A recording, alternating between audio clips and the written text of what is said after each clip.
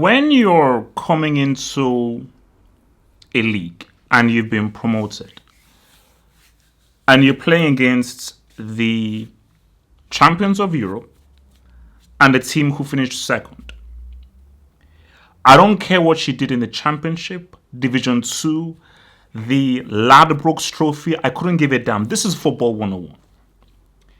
If you've just been newly promoted, you're playing away from home in a stadium in which a certain team, I believe, baptized or circumcised a team with Messi and their Barcelona. The first thing you must do is defend. The second thing you do is defend. The third thing you do is defend. The fourth thing you do is defend. And the fifth thing is you now try to figure out how to now launch your counterattack. Liverpool smacked the living hell out of Norwich. It was bad. It was bad. I've got to keep it real. I've got to keep it completely real. Like, it was bad. Like, the Liverpool could have really, it could have been a full-on sacrifice. It could have been a full-on sacrifice. It could have been a revolution. It could have been an exploitation. It could have been very easily been an exploitation because that's why it's weird for Liverpool, because the match was so easy for them that it's hard to really critique and view where do Liverpool now stand now, because this match was too easy. Because I did see some defensive mistakes that Liverpool made. I did see a lot of times that Norwich actually had a lot of chances. But the ease with which Liverpool were able to get their ball to their danger men, the ease with which Origi, Salah, Firmino was supposed to find space was great. This has to be one of the easiest games for Firmino. Literally, every time the ball got to Firmino's feet, he could turn, he could move, he had space, he could move it to his right, to his left, and literally he was just such a problem. And I think Norwich did not have a defensive plan for Liverpool's pass, hold the ball up, give the ball to the runner. That's pretty much what they did with ease. And that was just very easily done by Salah's goal, which is give the ball to Firmino. Firmino waited for the pass, timed the pass beautifully well. Salah made that run, boom, it was in. And Norwich, just their defending was all over the place. It was all over the place. So this was an extremely easy game for Liverpool, and I think Liverpool could have won by far more. They could have won by far more, but there was some good play by Norwich. And this is what I tweeted out. German coaches are money. I think, literally, I saw what Hassan Hutel is doing for Southampton. And this dude here, the issue with this manager is like he actually is coaching this team very well. They played some very good football, and they actually got in behind Liverpool's defense a lot, and they actually were able to beat their high line and actually get a lot of opportunities, especially on the left-hand side. But the issue is you have to be a responsible manager. I get you have a tactic. I get you have an ideology. But when you're playing a team that is far better than you away from home, I'm sorry, you have to have a man behind the ball, defensive plan, stop that team from playing. Then the first thing you got to worry about is stopping the team from playing, stopping them having space and making it and frustrating them. But this, for Norwich, we're like, no, we have our way that we're going to play, and we're going to play against these guys, and we're going to move men forward, and if they attack, we're going to attack them back. That's stupid. And for Liverpool, Liverpool knew that, look, this is Norwich, we have to make a statement. So this wasn't the conservative Liverpool that you saw in the Etihad or in other games. This was the Jurgen Klopp, Dortmund, old school energy. The ball is going to move forward, Liverpool. And that kind of Liverpool, you've got to have men behind the ball. So it was a beatdown. It was a total beatdown. Like, Liverpool could have easily put 5 or 6 or 7 past these dudes. So it was bad. It was real bad. And so that was just what is pop. But just, breaking the game down. Let me even bear with me here. Let me even just create this little highlight. Don't worry, guys. I will view the super chats. Don't worry, man. I will view those super chats. Oops. I will view those super chats in good time. But breaking the game down even more. Sorry, post. I think, you see, the key thing here for Liverpool, and this is what Liverpool wanted to do, is that they wanted to Liverpool wanted to make a statement here because I think, especially coming off the disappointments of the Community Shield where they lost that, I think it was important for them to make a statement in this game. And I think what you saw here, and I think Liverpool played a very risky game. Because because again, for my day job, I do some sports analysis for my day job. I was looking at the press conference, and Jurgen Klopp said in his press conference, I want Liverpool to be a team that other teams fear to play. That's what he said. He said, I want Liverpool to be a team that others fear to play. So my thinking is Jurgen Klopp going to say, you know what, scrap the whole conservative approach. We are going to go full on direct energy, and we're going to pretty much attack in every single game. We're no longer going to second guess, because I believe in the security of Van Dijk and Gomez. We're going to go full on. And I think in this game against Norwich pretty much felt the full brunt of the Geigen press Liverpool attack, because Liverpool played very high. They played very high and they put Norwich under a lot of pressure. And Norwich's passing system, and I get it, it's nice and pretty, but their passing system was the complete wrong tactic to play against a team who knows how to press well, have great energy, understand how to win the ball, and are devastating on the counter-attack. So I thought for Norwich, you had to go long. You had to go long. Make the right pass and look for the ball over the top. But there were too many shots passes that Norwich were playing. And Henderson, Wijnaldum, Firmino, all these guys were just able to hound them down, Fabinho as well, and beat them. So very few times Norwich got the ball over the top, especially on the left-hand side. But it was bad. And look, I get it. 20 max. 20 max. That's what I'm saying. 20 max, because Salah is up and running. He's up and running. Salah, because Salah knows that I'm on his case. If Salah ends up in the top scorers charts, even if he was joint top scorer last season, if Salah becomes top scorer for 3 seasons in a row, has anyone ever done that in the Premier League? Because look, I will never deny that this guy is just a natural goal scorer. As in, if you just look at the combination he had with Firmino, the dude is just a flipping natural goal scorer. But I think what you just saw from Liverpool there is that was not Liverpool at their best. That was not them at their best. I think there were far too many crosses into the box, especially from Robertson. The crosses were a bit wayward. But I think for Liverpool, especially in this game, I think once they just got the ball on the ground and they moved the ball on the ground and they played short passes and they kept it on the grass, not once in the air, Norwich found it almost difficult to stop them. And I think you just saw how... See, this was Firmino at his best. Now, did Norwich allow Firmino to be at his best? Who knows? But whenever the ball got to Robertson or Alexander-Arnold, the crosses were a bit wayward, and I was like, there's no point in crossing into the box for guys who are not lethal in the air. But once they got that ball to Firmino's feet, Norwich, they didn't know what to do, because Firmino's movement was so good. His movement on the ball was so good. He was able to evade tackles. He was able to turn, look, play with his head up, and how he would just bring in other guys into the game.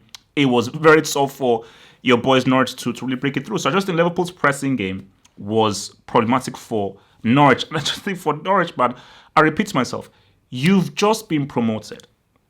You've just been promoted from the Championship. You have to show some respect to the Champions League winners and Jurgen Klopp's tactic. Okay? Because if you know that you're Norwich and you're coming in and you're playing away from home, you have to know these guys will come and press you and attack you. You have to know. And the Norwich manager, you're German. You're flipping German, so you should know that. Klopp, being the superior team, because if he's like the inferior team or a medium team, he may try the conservative approach, but knowing he's the superior team, knowing how Klopp plays, you must know this guy's going to press high, have a high line, and put a lot of pressure on you guys. So if you know that you're the inferior team, what gives you the right to start instructing your players to now play short balls? Short balls that could be very susceptible to the Liverpool press. Get the ball and just use those long balls. But I think beyond that, the defending from Norwich it was atrocious. Like, the position was all over the place. They didn't follow the runners. Just the ease with which Liverpool got that ass was worrying. See, for me, I don't think Norwich should be worried about it, because from the Norwich I saw, this is a good team. This is a good team because you should only judge them when they face against a Crystal Palace, when they face against a Sheffield United, when they face against guys in and around them. That's when you should, against Bournemouth. That's when you should judge them. You can't judge them against one of the best teams in Europe. Well, the best team in Europe. But I just think it's just so naive that you're playing against the best team in Europe and you think you can just pass the ball and play from the back. Are you sick in the head? Especially when you're away from home. But for Liverpool, yeah, look, it could have been worse. It could have been worse. It could have been 5, 6, or 7. And I just think, like, for Liverpool, they didn't really have to play at a high gear. They didn't have Sadio Mane on the left. Origi had a fine game. He still is not natural on the left. Origi is still not natural on the left, but Origi did have a very fine game. And what I always say about Origi is that this guy is a natural goal scorer. The dude is a natural flipping goal scorer. And I really believe that clubs should put more faith in because it's difficult, but I do think that there are games in which Firmino may not be effective. And there are games in which Origi may be a better option than Firmino. See, in this game, Firmino was great because Norwich didn't really know how to defend, but just how Firmino was used and how he played with the ball to fit and him utilizing the ball to fit, he was effective. But there are games in which other defenses will not allow Firmino that time and space. They will not allow him to turn with the ball. They will not even allow him to get the ball to his feet, and they'll force him to play with his back to goal. Firmino wasn't playing with his back to goal. He was able to turn because the defender of Norwich was so bad. He was able to get the ball, turn and move. But against other defenses that are much better, higher IQ, Arnold and your boy Robertson brings in. But Norwich did get it, and that was a very nice goal from Pookie. That's his name. Okay, his name is Pookie, so I don't know whether he's the 151st Pokemon or not, but that sounds like a Pokemon name. That's just me. That sounds like a Pokemon name. So, yeah, look, extremely one-sided. Do you know what it was? Liverpool are just better. It was very one-sided, but as one-sided as it was, Norwich did play some good stuff. Like, I do like some of the football that they play, because I think even if you're an inferior team, what I look for is, do you play good football? Do you pass the ball around? Are there nice, pretty passes? Do you try and impose a technical approach to the game? And I definitely saw that. It's just that the tactics were wrong and they're just an inferior team. I think Liverpool are just better. And I just think, like, when Origi, Salah, and so forth, when they were on the ball in dangerous spaces, they were just smarter with the ball. And I think the Norwich defenders were unable to be able to pretty much outwit and outsmart and outthink the kind of movements and the footballing decisions that Salah, Origi, Firmino, Wijnaldum, and so forth played. Henderson tried. Sorry, Henderson is holding his own. You know, I'm on and off with Henderson. I'm still on and off with Henderson, but Henderson is high. So, yeah, man, good starts for Liverpool. Again, does this now say, oh, they will definitely win every game? It's hard to judge how Liverpool do for the rest of the season. This was an easy game. This was a really easy game from Liverpool, but at the same time, all you can do is just beat what is in front of you. But it was a very easy game, and Norwich, being a team that is newly promoted, you're expected to beat them, and they had the wrong tactics to play. But I want to see more of Norwich before I see that these guys will get relegated. Boy, guys, Mane can ball. Sadio Mane can ball.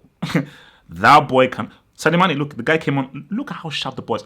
He's the best natural football player in Liverpool. Salah is the top goal scorer, but Mane is that dude. That's what it is. Mane is simply that dude. So that's what it is. So and also Alisson, I don't know how long he'll be injured for, but we'll just have to wait and see. So in the live chat, I want you guys to tell me, who would you vote for that dude of the game? Who would you vote for brick of the game? So in the chat box, that's dude and brick of the game. And in the comments below, for those of you watching after this live is done, in the comments below, tell me brick of the game, that dude. Tell me brick of the game and that dude. So yeah.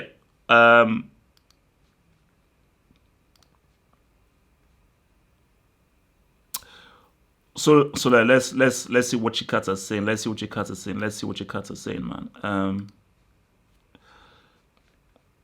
All right, where's your boys Cam? So what are you guys saying? Salah, I'm saying a lot of Salah. Okay, let me view some of these super chats, man. So super chats from Silver Spring. Salah, 106 goals and assists in 103 games for Liverpool. Guys, look, Salah is, bro. The guy as a goal scorer is money, and he's improving his game. I do want him to develop a right foot. I would like it if he was able to develop a right foot. Okay, that's what I like. If the dude can develop a right foot, I think that would be great. But I'll be real with it. The guy's money. The dude is money. The dude is money for sure, man. So, and Martin Rosario says, "Oh, laugh out loud." VVD heard you say Laessi deserves be a pop. Oh, so Martin Rosario says Van Dijk heard you say Laessi deserves Ballon d'Or. Look, man, we have till December. We'll have till December for us to really decide who gets that Ballon d'Or or not, man. Actually, let me just see whether this actually works, man. I doubt it will, but let's just see.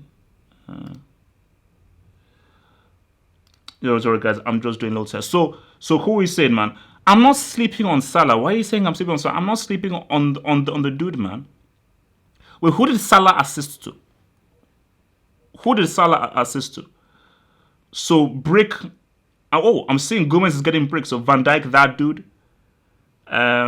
Brick, Alexander Arnold. For me, I think in that game, that dude, I'm probably going to give to Firmino. That dude for Firmino. Brick, I might give it to the whole Norwich defense, bro. I'm sorry, like that Norwich defense gets break of the game, all of them. But I think that dude I thought was thing that I can't. He assisted Van Dijk. Okay. Yeah, Alexander Arnold was he was but I think no. Fabinho was good. Fabinho was good. I mean, the midfield of Liverpool did good, but I think this is where you see the true value of Firmino. I'll say it, like this is where you see the true value of him. And I'm like, okay, you know what? I get it. This guy's money. This guy's money. No. This guy has a few things. This guy has a few things. So I'll fully admit what and how this guy rolls, man. So but I think Liverpool defensively, but see that's the whole point. See, I think Liverpool had this tactic because they felt that they could play this risky against Norwich. But see, if Liverpool play like this against like a Chelsea, a United, a Tottenham, a Man City, even an Everton or Wolves, they will be punished because Norwich have some very good opportunities, but their strikers were awful. Like I don't even know whether to give Brook of the game to the strikers of Norwich or to give them to the defense because especially in our first half, those guys missed a lot. 20 max. 20 max.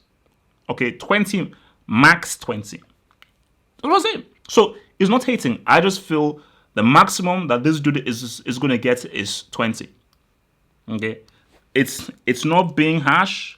It's not being this, but I feel that the maximum that this dude is going to get is 20. 20 max. 20 bucks.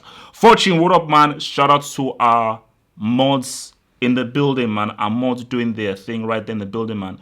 Remember, our mods do greatness, man.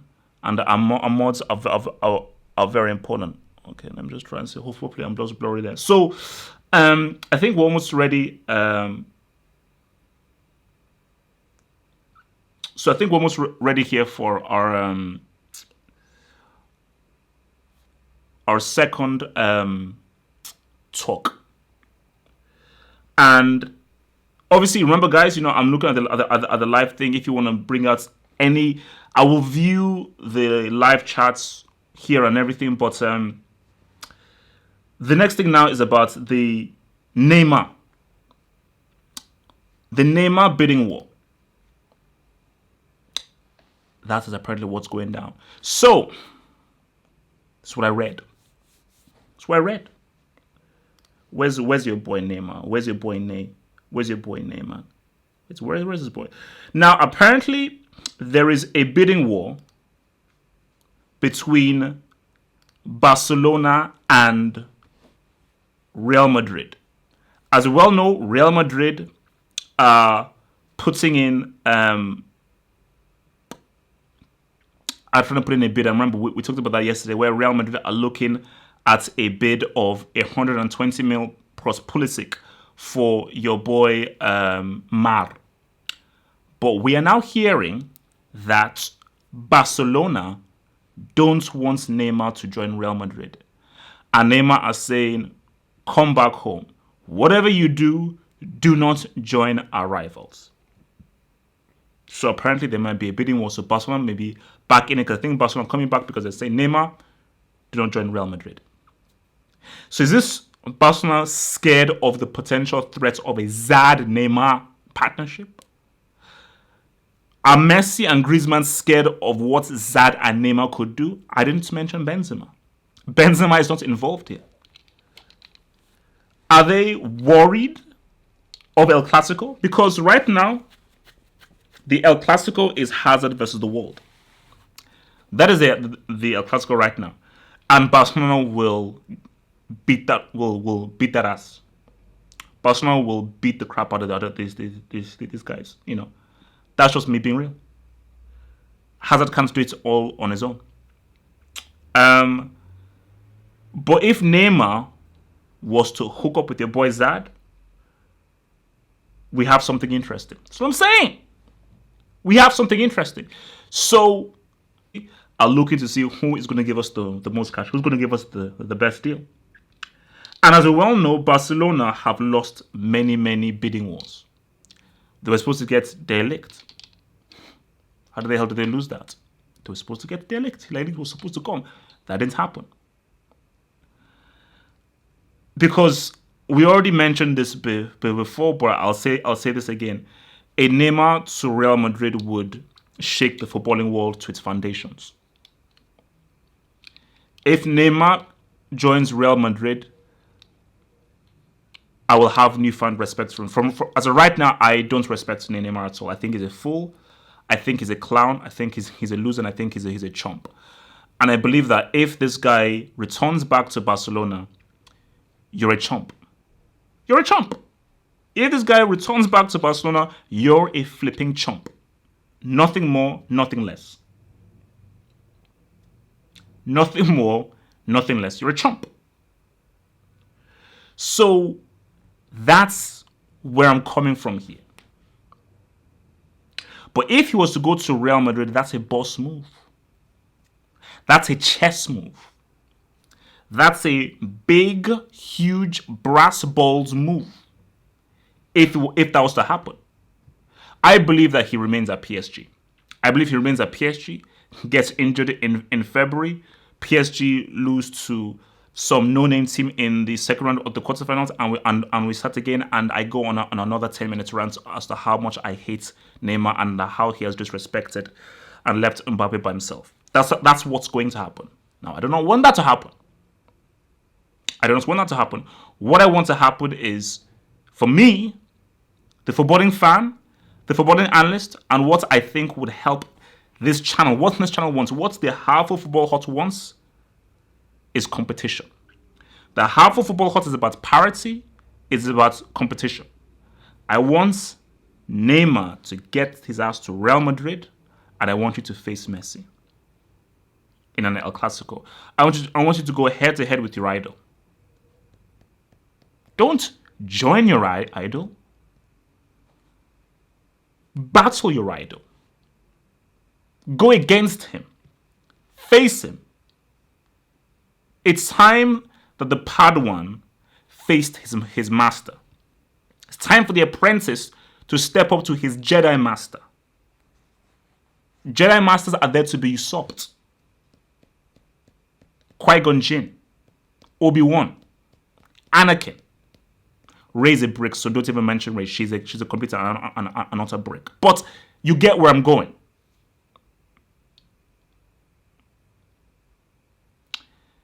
Go up against flipping Messi, because, guys, I'll tell you this right now. A Neymar versus Messi El Clasico could surpass the Cristiano Messi era. Being real. It could potentially surpass the Cristiano Messi era. That is how realistic that we're going on here. Let me get my sexy face back on now. So I don't know how this is going to go. Okay, just sorry. To retrace my point, I believe that he's staying. But that's just what I believe is going to happen. What will happen is neither Real Madrid or Barcelona will be able to get a deal that is worthwhile for PSG. And I get where PSG are coming from. If I'm in PSG's view, bro, give us what we deserve. Give us what we deserve. So if I'm in PSG's view, I'm like, bro, give us what we want.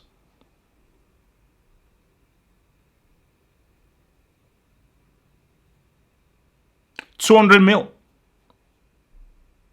220 mil. That's how much we paid for him. But the selfish part of me, this is the selfish part of me.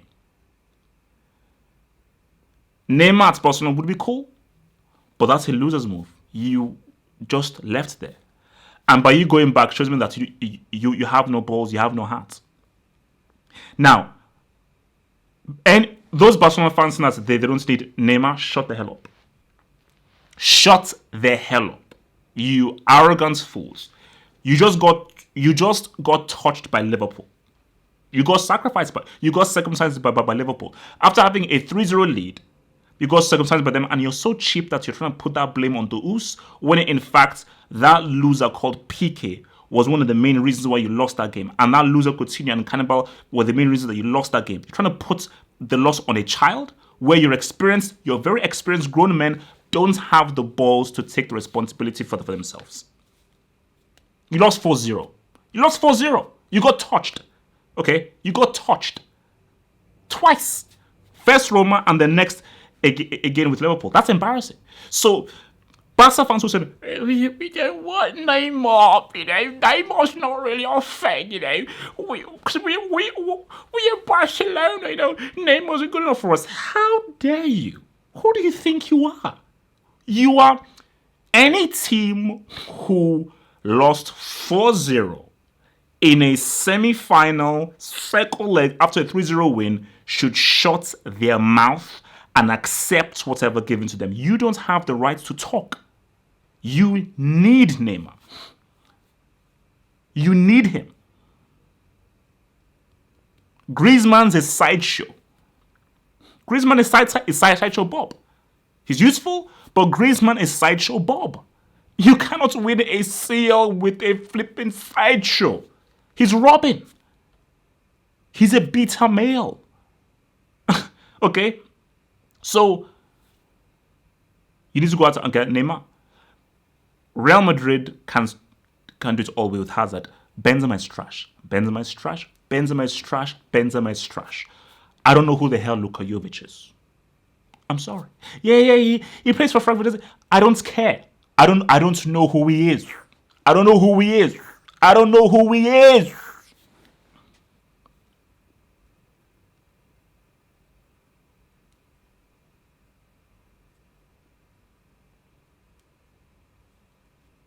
I wouldn't see Neymar Real Madrid.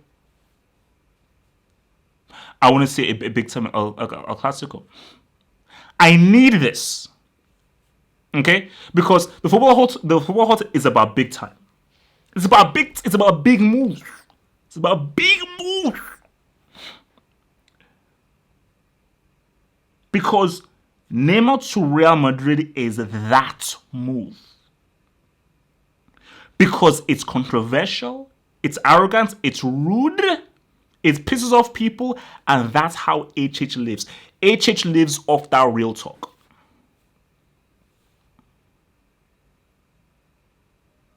He lives off that real talk. And for that real talk, it's Neymar versus Messi in an El Clasico game. Neymar, can you lead Real Madrid to a La Liga title? And guys, for the culture, Neymar and Zad? I mean, guys, the potential of Zad doing his thing, Neymar is doing their thing, their one-twos, their step-overs, their, oh Lord. I mean, that's beautiful. All Zad needs is just another guy who can dance like him. That's all Zad needs. That's all Zad needs. Oh, who has the number 7 jersey? No, no, just tell me. Who's been given the number 7 jersey? Okay, I just want to know. I mean, guys in the chat, I was wondering whether you know who now has the number 7 jersey for Real Madrid. You know, I just want to know who has the number 7 jersey. Wasn't that worn by a certain dude? Yeah. So could people say, oh, he's going to be number 32, number 33? Oh, they'll never give him Cristiano's jersey. Out with the old, in with the new. Okay, that's what that's called. Okay, so guys, keep hating, keep fat shaming. You're not allowed to. You can't judge if Neymar doesn't join Real Madrid. You can't judge that. That's the new rule. The new rule is this. Starting from now, this is the new rule. This is the new school. So we are all agreed that Zad can only be judged if Neymar comes in. Good. That's good. See, thank you. Now see, everyone in the chat is now saying, HH, you're right. We won't judge him like that. Right? Yep, everyone agrees. So Rem agrees, Taco agrees, J Sports agrees. Wow, everyone's wow, okay.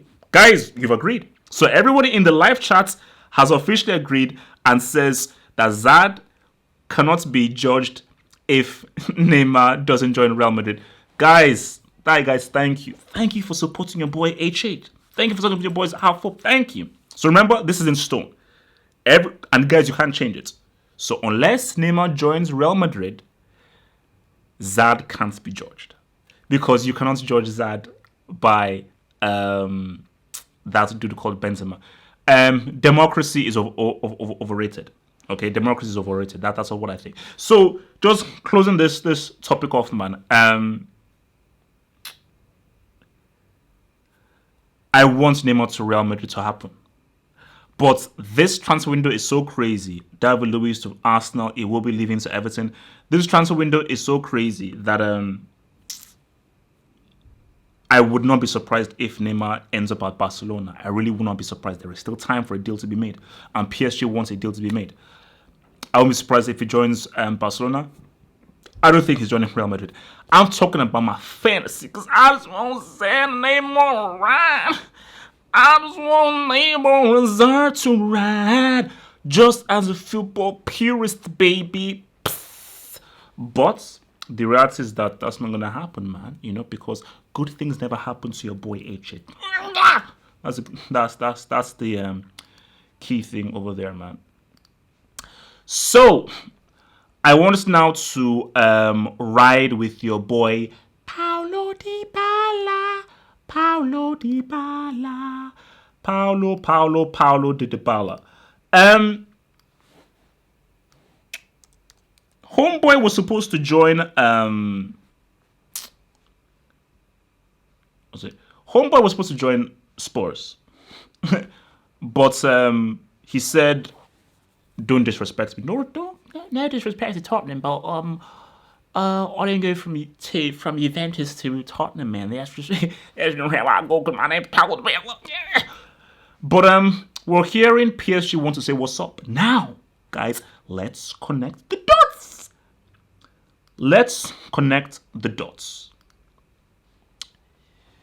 PSG wants Dybala.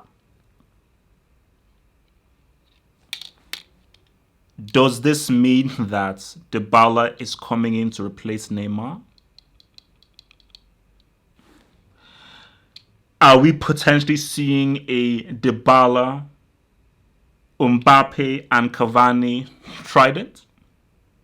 Because that's how I'm connecting the dots. Now, you guys tell me whether I'm right or wrong in connecting those dots.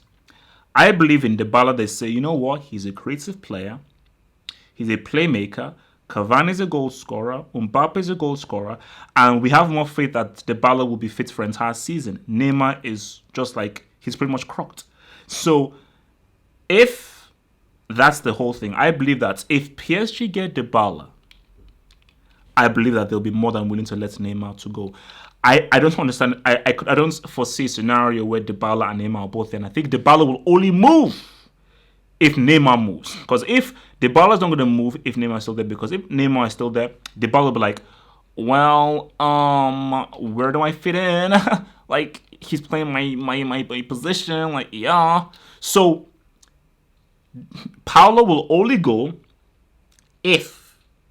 He will only go if. And this is a big if, boy. He will only go if Neymar leaves. So I believe that is how this thing goes. PSG sell Neymar to either Barcelona or Real Madrid.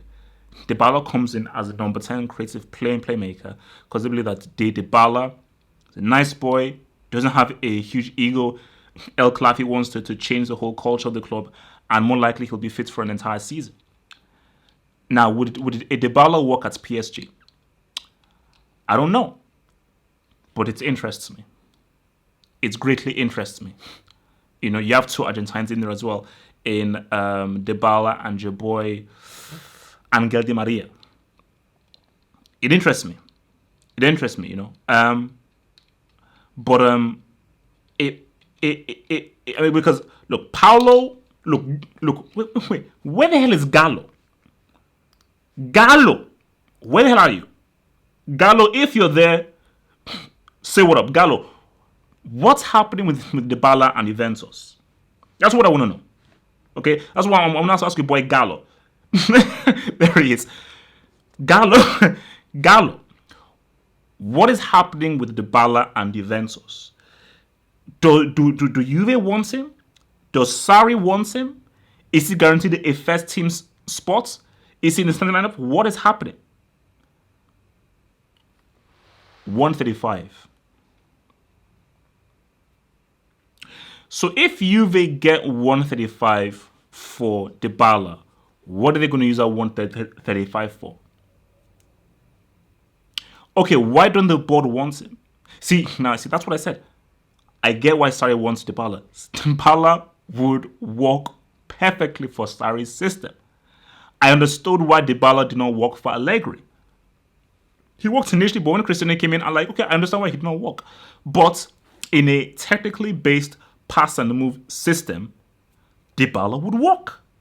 So Sarri wouldn't want to keep him. But my thing about the Juve board is, aren't you supposed to support your manager?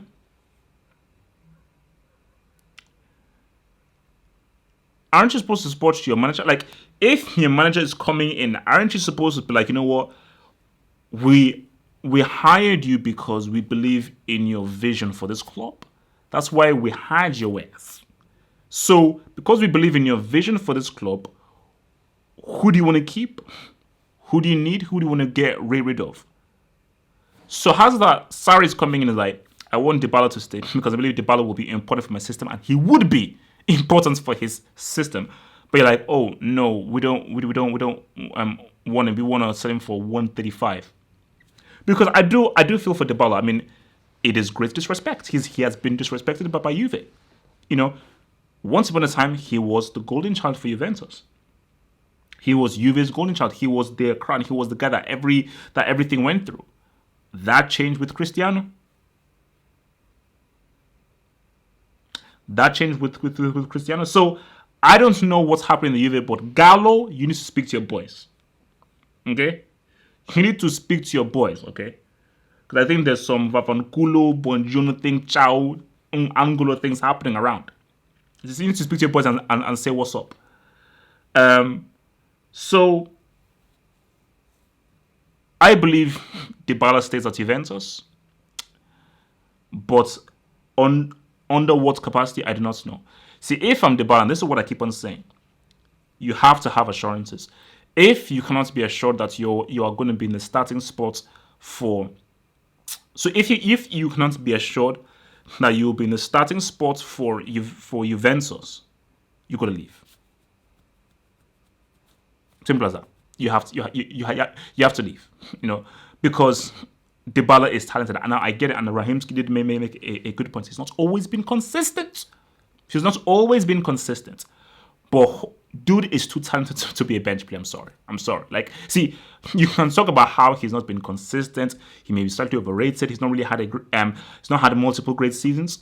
But that dude I see there is too good of a player, too talented of a player to be sitting on the bench. Nah, sorry. I I can't allow that. I won't allow that. And I refuse to allow that. So guys, what do you think in the comments below in the chat box? Where do you think Dybala will end up? Just tell me, where do you think your boy Dybala is going to end up, man? Where do you think that homeboys is going to end up? So, PSG, dang, Natural. Shout out to my mod, Natural. He says, do you have a bench? Bloody hell, how do you end up there? Bro, if Chelsea got the pulse on Dybala, Lord, Lord, Lordy, Lord. Actually, you know what? Before we do questions, how about we have some fun?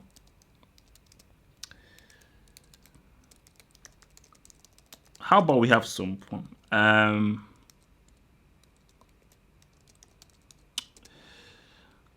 about have some little fun, man? Chelsea Manu. Let's just do this for maybe about 10 minutes and then we can then write. So Chelsea Manu pops off on Sunday. Now, me and Nix, hopefully, we will be doing a live watch along of the game. Nix is a United supporter, and I am a complicated Chelsea fan. Get it right. I'm a complicated Chelsea fan that had a vision. I had a vision about a week or so ago, and my vision was I think Chelsea could do something. I had a very clear vision about Pulisic saying something, and about Pulisic trying to prove his doubters wrong, and I just had a very powerful, fiery prediction of Chelsea saying what's up this season. And I love this game that's going down on Sunday, because this is the perfect way to begin. Now, Ed Woodward better not show his face on the streets of anywhere that has United supporters, because I think if he shows his face, he'll get rushed. So Woodward, use your money for protection and security, because there are a lot of guys, a lot of United fans that may try and actually beat you up. So be very careful there. So United, obviously, they're coming in with no midfield. And when I just say no midfield, interesting defense with Maguire and Bissaka in there. Bissaka's there.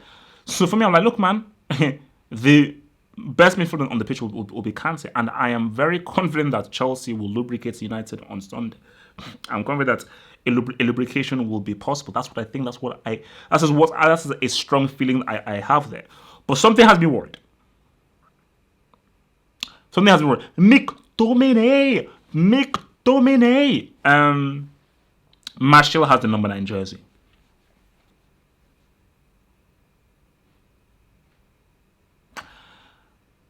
I believe Martial FC has been reignited. That worries me. That scares me. Because Martial being given the number 9 jersey means that Solskjaer has said, you're now that dude.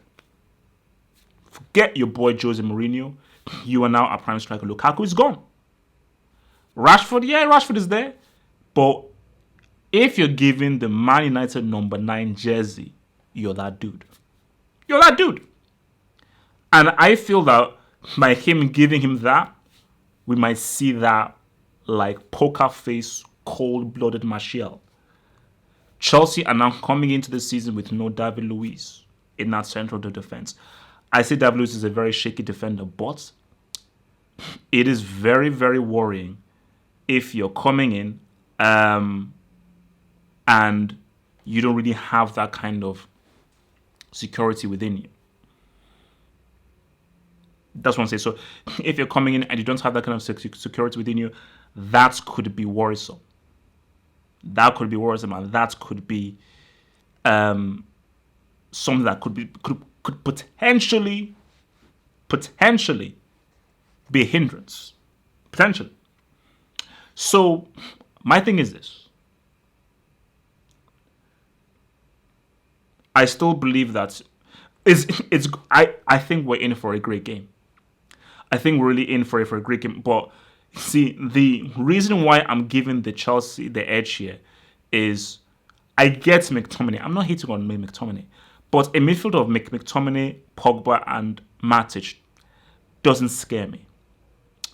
If Chelsea can get the midfield balance right, because again, football is never played on paper; it's played on the pitch. But if Chelsea can just perform and execute and just be able to dominate the midfield battle with the boy Kante, Kovacic, maybe Barkley, Jorginho, and so forth, and they can supply to the Pulisic, supply to the Willian, and so forth, bro. I think I think Chelsea could do something, but because so the beauty about this is that that's Chelsea defense without David Luiz, and what went down with David Luiz, United could easily take advantage of that. And I know that Rashford and Martial, as they did when they played them last season, Martial could definitely walk that defense.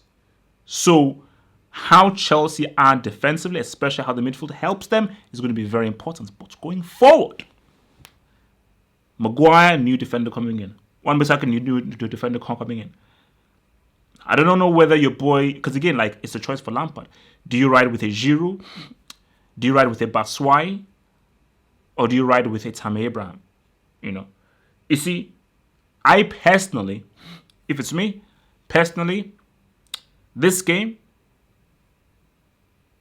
I'd probably ride with a Batshuayi. I'd probably ride with a Batshuayi. Possibly a Tammy Abraham, but as you know what, I'd ride with a guy who is battle tested, just to open up the game. Then you can maybe bring in a Tammy Abraham or a Giroud if you need something different. But I think I would start with a Batshuayi because I still believe that Batshuayi. I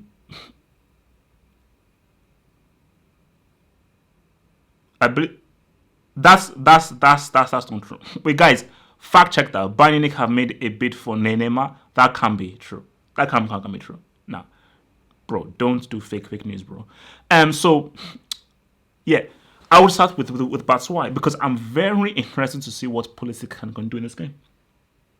I'm very interested to see what Pulisic can do in this game. So I'm not going to give a prediction yet. I will give my full prediction during the pre-match analysis. But I just feel that from how Chelsea have been playing in the preseason, the confidence that they've been having, and Lampard has even said that he does enjoy when people back against him, when people don't believe that he can ride, when people think that nah nah nah nah nah nah nah nah no, like he likes it. He said, you know what, test me, test me, test me if you don't think I can do it. So by his just seeing his confidence there. Seeing his confidence there of like he wants people to test him and say what's up to him leads me to believe that Chelsea, because I think, see, if Chelsea gets beaten by United, I think it could be a very long season for Chelsea. I think psychologically that could be a huge mental blow for them. And based upon how United fans have been feeling, a victory for United would be huge. That would be a massive boost because United are under pressure by having, from what United fans feel was a uninspired transfer window. Because yes, they got Maguire, yes, they got Wan-Bissaka, they were looking for a prime target. They were looking for a marquee player. Maguire is not a marquee player.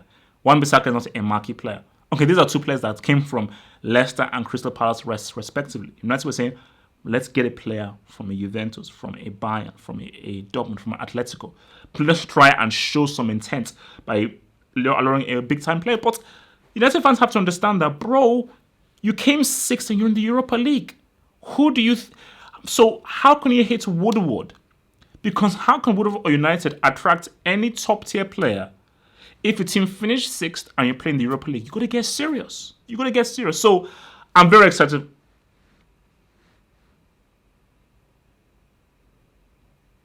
Oh, what the heck? Oh, what? What? Oh my God.